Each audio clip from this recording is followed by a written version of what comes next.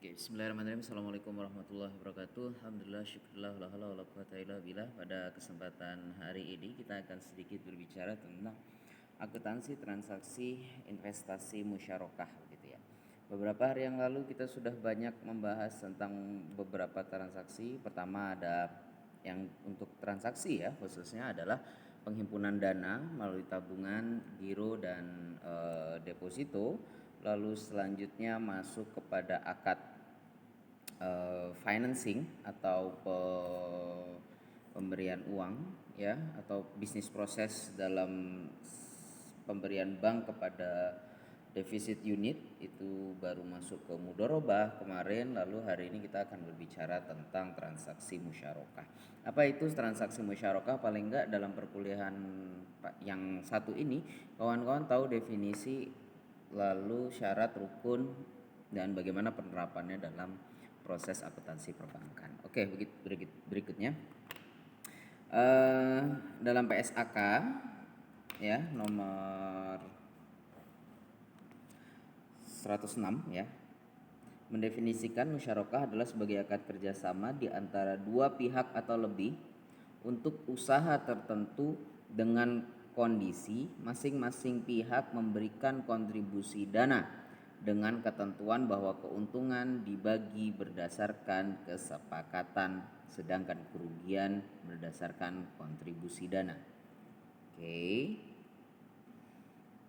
Pressure pointnya atau titik tekannya ada pada dua pihak atau lebih untuk membiayai suatu usaha tertentu, begitu ya. Contoh, misalkan bisa jadi pemerintah sedang menerbitkan sukuk untuk pembangunan jalan tol, ya.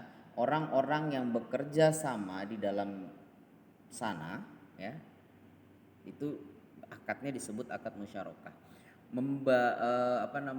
Membiayai proyek pembuatan pelabuhan misalkan. Orang-orang sebagai pemodal yang di sana memberikan modalnya untuk pembangunan tersebut dalam bentuk sukuk misalkan. Itu bisa disebut dengan akad musyarakah. Atau misalkan agar lebih mudah, kawan-kawan berkongsi dagang. Ada 3 orang, yang 2 punya modal, yang punya uang, dan 1 memiliki keahlian, gitu ya. Support dana pada 2 orang tersebut, lalu support keahlian ada pada 1 orang tersebut. Jadi itu bisa juga disebut dengan musyarakah, gitu ya.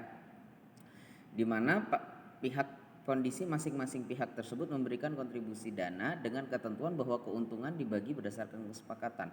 Keuntungannya dibagi berdasarkan kesepakatan. Contoh misalkan 50% 50%. Jadi kalau misalkan kita melihat tiga orang yang berkongsi tadi, berarti pemodal pertama dapat 25%, pemodal kedua mendapatkan 25%, sedangkan pengelola mendapat 50%. Gitu ya, kalau misalkan 50 50. 50 untuk pemodal, 50 untuk pekerjanya gitu. Gitu. Dan sedangkan kerugian berdasarkan kontribusi dana. Kalau misalkan kerugian nanti dibaginya berdasarkan kontribusi dana. Misalkan tadi yang pemodal pertama 50% dana, pemodal kedua juga 50% dana, ya udah nanti kerugiannya berarti ditanggung berdua 50% 50% begitu. Sedangkan pengelola nanti kerugiannya ada pada bisnis proses yang bangkrut tersebut, misalkan kalau sampai pada kebangkrutan. Oke, selanjutnya adalah ketentuan syar'i dalam ini paling tidak ada 2 ya dalam transaksi musyarakah itu. Yang pertama adalah musyarakah hak milik atau syirkatul amlak, adalah persekutuan 2 orang atau lebih dalam kepemilikan salah satu barang dengan salah satu sebab kepemilikan seperti jual beli, hibah atau warisan. Lalu yang kedua adalah musyarakah akad atau syirkatul uqud. Nah, apa itu syirkatul uqud? Syirkatul uqud itu adalah akad kerjasama 2 orang atau lebih yang bersekutu dalam modal dan keuntungan, begitu ya. Kalau musyarakah hak milik ini adalah biasanya terkait dengan hibah, warisan gitu ya. Saya memberikan barang ini gitu kan sebagai warisan gitu ya. Jadi dalam bentuk kepemilikan, jadi berpindah kepemilikannya. Lalu yang kedua adalah syirkatul akad. Biasanya bisnis-bisnis proses itu masuk pada syirkatul akad, begitu ya.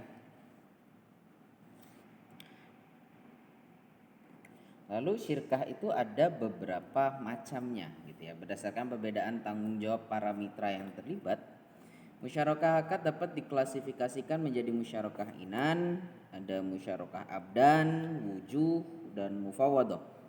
Apa itu? Ya, musyarakah inan itu adalah kerjasama antar dua orang atau lebih dengan modal yang mereka miliki bersama untuk membuka usaha yang mereka lakukan sendiri. Anda bersama kawan Anda ingin membuka kedai kopi, oke, berarti modal semua ya udah dari mereka berdua, lalu membuat sama-sama kedai kopi, gitu ya. Ini biasanya praktek musyarakah dalam dunia perbankan umumnya didasarkan pada kompleks musyarakah inan ini, begitu ya. Jadi ya saya sebagai pemilik usaha memiliki modal di dalamnya, gitu ya. Jadi saya punya usaha sudah berjalan, di situ ada aset, ada modal dan lain sebagainya, minta tambahan dari mereka untuk disuntikkan dana sehingga bisa lebih besar, gitu ya. Jadi kita berserikat di bidang hal tersebut, begitu. Jadi ini bisa menjadi lebih besar, begitu. Apa bedanya dengan mudharabah? Kalau misalkan mudharabah dia lebih kepada dia belum punya apa-apa, kita berikan suntikan dana sehingga dia membangun usahanya, begitu, sehingga dia jadi besar. Jadi makanya kerugian dari mudharabah itu yang nanggung adalah yang pertama pemilik modal, berarti bank. Kalau misalkan perusahaan tersebut bangkrut di mudharabah, kan disebutkan bank akan menanggung kerugian berupa kehilangan modalnya, sedangkan pelaksananya itu kehilangan bisnisnya, gitu. Nah, kalau musyarakah inan ini bisnisnya sudah berjalan, disuntikkan dana, jadi mereka bersekutu dalam modal dan lain sebagainya, berserikat dalam hal tersebut, begitu ya. Lalu selanjutnya, bagaimana dengan musyarakah abdan, yaitu kerjasama dua pihak atau lebih dalam usaha yang dilakukan oleh fisik, ya. Mereka seperti kerjasama sesama dokter di klinik atau sesama tukang jahit, sesama akuntan, ya, dan lain sebagainya. Kawan-kawan, saya rasa ini sudah cukup jelas, begitu ya. Jadi ya mereka berserikat sama-sama dokter, mereka membuat klinik bersama-sama, begitu ya. Mereka sama-sama, atau misalkan yang agak sedikit berbeda adalah apoteker dengan dokter. Apotekernya menyediakan obat, dokternya membuka jasa layanan praktek dokter yang mana nanti obat-obatnya diambil di apotek tersebut dan lain sebagainya, gitu ya. Lalu yang selanjutnya adalah musyarakah wujuh, adalah kerjasama antar dua pihak atau lebih dengan cara mereka membeli barang dengan menggunakan nama baik mereka dan kepercayaan pedagang kepada mereka tanpa keduanya memiliki modal uang sama sekali, ya. Menjualnya dengan pembagian keuntungan mereka dan pedagang, lalu setelah itu dijual bagian keuntungan mereka dibagi bersama. Hasil penjualan tersebut dibagi bersama. Ini seperti kalau misalkan kawan-kawan tahu konsinyasi, gitu ya. Ini biasa digunakan, begitu. Bisa kita datang ke toko-toko nitip barangnya, Anda tidak perlu bayar dulu. Nanti kalau misalkan sudah terjual, keuntungannya kita bagi dua, gitu. Kira-kira begitu. Perserikatnya itu dari dalam bentuk seperti itu. Atau misalkan kawan-kawan kalau konsep sekarang itu di Shopee biasanya kawan-kawan menjadi dropshipper. Nah, itu kira-kira seperti itu. Kawan-kawan tidak membutuhkan modal dulu, kawan-kawan jual aja, promosi saja, terus tiba-tiba nanti setelah itu dengan harga yang sudah disepakati, mungkin di markup sedikit dari yang aslinya, ketika kejual nanti ada pembagian keuntungan dan lain sebagainya, gitu ya. Lalu yang terakhir adalah syirkah mufawadah. Apa itu syirkah mufawadah atau musyarakah mufawadah? Adalah musyarakah di mana para anggotanya memiliki kesamaan dalam modal, aktivitas, dan utang piutang dari mulai berdirinya musyarakah hingga akhir, ya. Asas persamaan tidak terpenuhi kategorinya masuk, ya. Jika asas persamaan tidak terpenuhi, maka kategorinya masuk pada musyarakah inan. Mufawadah ini semuanya sama. Oke, kita mau bangun usaha, modalnya berapa? 10M 10M. Oke, 10M 10M. Ininya sama, apa namanya? Profesinya sama, sama-sama dokter. Ingin membangun klinik dengan sama-sama menyertakan modal 10M 10M ya. Jika salah satu berbeda, misalkan kayak tadi satunya apa namanya? Seperti Inan tadi itu ya, di perbankan saya punya usaha sudah jalan sekian, modalnya sudah ada sekian, butuh tambahan modal sekian. Nah, itu nanti akan masuk kepada musyarakah Inan atau musyarakah yang lain seperti yang sudah dijelaskan sebelumnya. Lalu selanjutnya adalah berdasarkan porsi para mitra, gitu ya. Ada dua sebelum sini saya lupa memberikan. Yang pertama adalah musyarakah permanen atau musyarakah dengan ketentuan bagian dana setiap mitra bersifat tetap hingga akhir akad, gitu ya. Ini porsi para mitra dari awal hingga akhir itu sama, misalkan 50% 50% itu bisa. Dan juga ada syirkah mutanakisoh atau musyarakah mutanakisoh, di mana nanti kepemilikan satu orang dengan satu orang yang lain akan menurun. Maksudnya gimana? Awal misalkan dari musyarakah inan kita melihat ya, saya punya perusahaan, saya ingin menambah modalnya, gitu ya. Saya datang ke bank mintakan uang 10M untuk membuat misalkan ya membuat showroom baru untuk mobil-mobil saya, gitu ya, misalkan seperti itu, dan mengisi showroom tersebut dengan mobil-mobil saya, gitu ya. Setiap bulan dia mengangsur bertambah mengangsur musyarakah itu, dan juga dibagi hasilnya semua diangsur angsur hingga lunas 10 miliar tersebut. Modal tersebut akhirnya dimiliki sepenuhnya oleh pemodal. Itu disebut musyarakah mutanakisoh, salah satu bentuk dari porsi di dana para mitra, oke ya, atau biasa disebut dengan musyarakah menurun. Kepemilikannya yang satu menurun, yang satu meningkat. Pada akhirnya perusahaan kita yang showroom mobil tadi 100% modalnya dimiliki kita, begitu. Oke ya.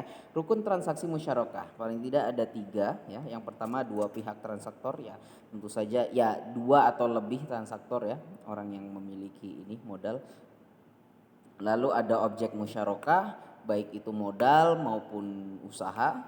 Lalu ada ijab qabul atau ya pernyataan mengikat antara kedua belah pihak, bisa omongan, bisa tulisan, atau apapun yang dianggap mereka sudah bertransaksi tersebut.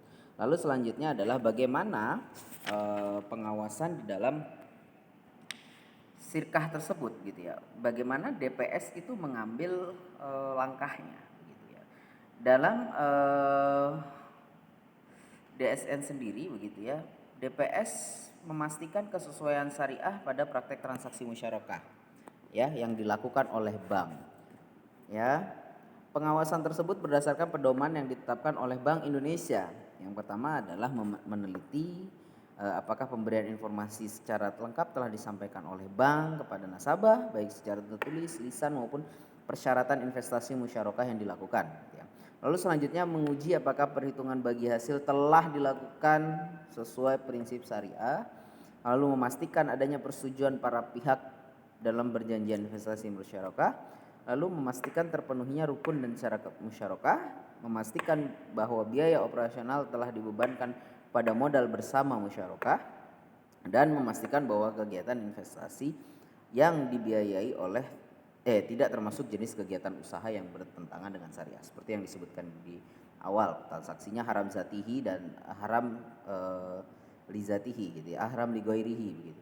Jadi itu di pengawas syariah atau biasa disebut auditor syariah itu mengawasi perbankan. Oke ya. Dan ini adalah alur dari transaksi musyarakah. Yang pertama adalah dimulai dari pengajuan dan permohonan investasi musyarakah oleh nasabah ya. Dengan mengisi formulir ya biasa segala macam, lalu bank melakukan menganalisis ya tentang karakternya bagaimana, kapasitas pembayarannya bagaimana, modalnya apakah dia memiliki modal untuk jika terjadi kerugian misalkan dia mampu untuk melunasi kebutuhan jangka pendeknya seperti utang ini ya, utang jatuh tempo dan lain sebagainya, bagaimana komitmennya, lalu yang terakhir adalah bagaimana jaminan tersebut, ada atau tidak jaminan tersebut gitu ya. Setelah deal oke. Lalu yang kedua, nasabah kalau misalkan di perbankan tadi menggunakan inan tadi, musyarakah inan tadi, nasabah melakukan usaha yang produktif, segala macam. Lalu ketiga, menelurkan bagi hasil. Keuntungan dibagi sesuai nisbah dalam negosiasi akad musyarakah di awal, ya, dibagi. Dan andai kata terjadi kerugian tanpa kelalaian nasabah, ditanggung sesuai dengan modal yang disertakan. Gitu ya. Andai kata terjadi gempa, tutup semua, rata semua usahanya dan yang sebagaimana lain sebagainya, ya itu ditanggung berdasarkan modal yang telah disepakati di awal, gitu ya. Nah, kita sudah sampai akhir. Nanti di pertemuan selanjutnya kita akan bahas bagaimana tentang pencatatannya. Terima kasih. Assalamualaikum warahmatullahi wabarakatuh.